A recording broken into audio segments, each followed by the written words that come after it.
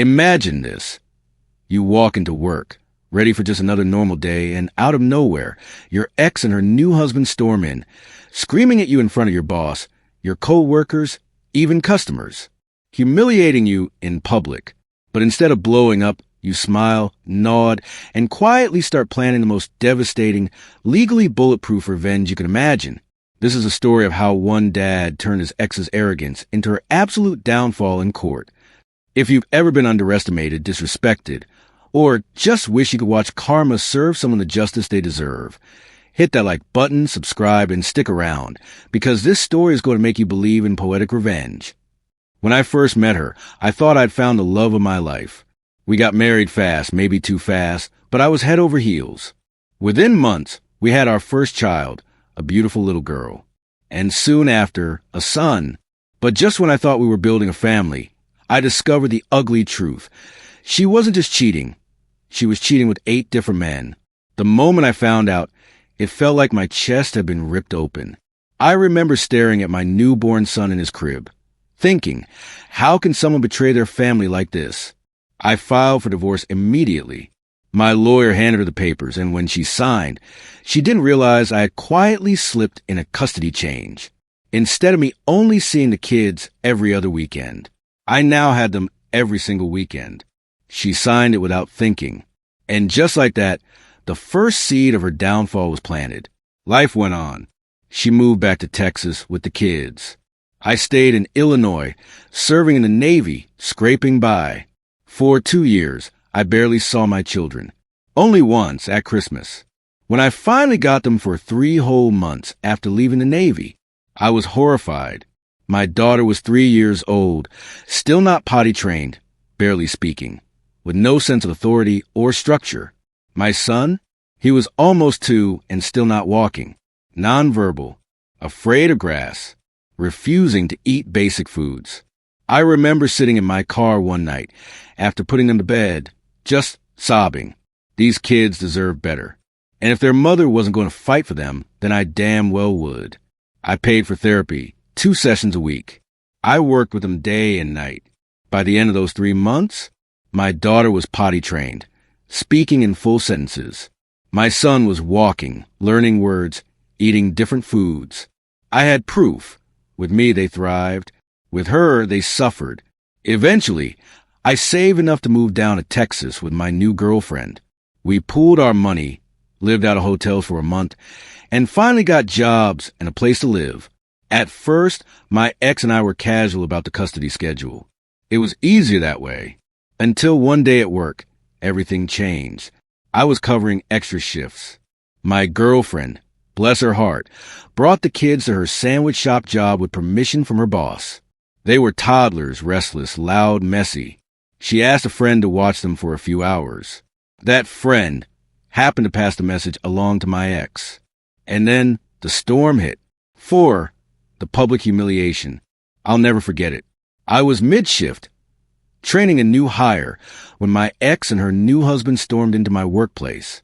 They started screaming at me in front of everyone, co-workers, customers, my boss, telling me I wasn't taking my kids seriously, that I was failing them. The heat crawled up my neck. My fists clenched at my sides. Every instinct screamed to yell back. But instead, I took a deep breath. I nodded. I smiled, because right then I realized something. They thought they were humiliating me. But really, they had just given me the perfect excuse to unleash the most malicious compliance possible. 5. The turning point, taking it seriously. The very next morning, I sat down with my boss. I can't work weekends anymore, I told him. My divorce decree gives me full custody every single weekend, and from now on, I'll be taking that very seriously. Then I messaged my ex. You're right. I need to take things more seriously. I'll be picking the kids up after work today. Be sure to have everything ready, especially my son's medication. Her confusion was delicious. That Friday, I called again. Are the kids' bags packed? Do they have everything they need? She snapped. We have planned Saturday. And church Sunday. What the hell are you pulling? I calmly replied, just following the custody agreement. Taking things seriously, like you said. And from then on, every single weekend, those kids were with me. 6. The meticulous records. But I didn't stop there. My girlfriend and I began keeping a little black book. Every rash, every diaper rash, every scrape, bruise, or untreated illness we noticed when picking them up. We took timestamp photos. We logged everything. We also paid for extra therapy, real professionals who documented my kid's progress. Every note, every receipt, every inconsistency with her state-funded therapist went into a thick, undeniable pile of evidence. It was tedious, exhausting, but I knew where this was heading. 7. The courtroom showdown. Finally, she snapped. She dragged me to court, demanding more child support and a custody change. She came in with her new husband, her family, her friends, all there to support her. But I came armed with facts. One by one, I laid it all out. Doctor's notes from the beginning, contradicting notes from her side, receipts from therapy, photos of untreated rashes and injuries, progress reports showing how much better the kids did under my care.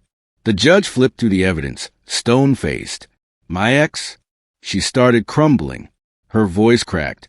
Tears welled up. Her entire support group sat in stunned silence. Her request for more child support? Denied. In fact, halved, because my expenses on therapy and my lower income were considered. Her demand for a custody change? Shot down. The only change was alternating Sundays, barely a win for her. I walked out of that courtroom lighter than I'd felt in years.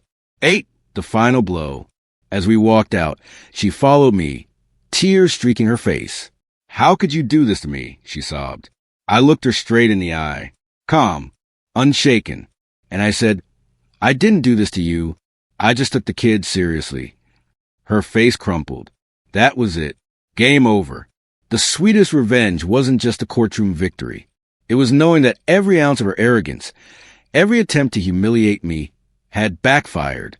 She wanted to control me. Instead, she lost control. She wanted more money. She left with half. She wanted the judge on her side. The judge sided with me. And deep down, she knew she lost because she underestimated me. Sometimes, revenge doesn't have to be loud, dramatic, or cruel.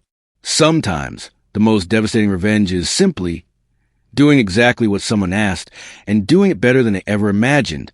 Be careful what you wish for, because you might just get it.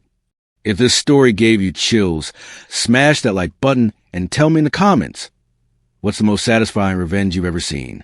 Don't forget to subscribe for more stories like this, because trust me, the best revenge is one worth sharing.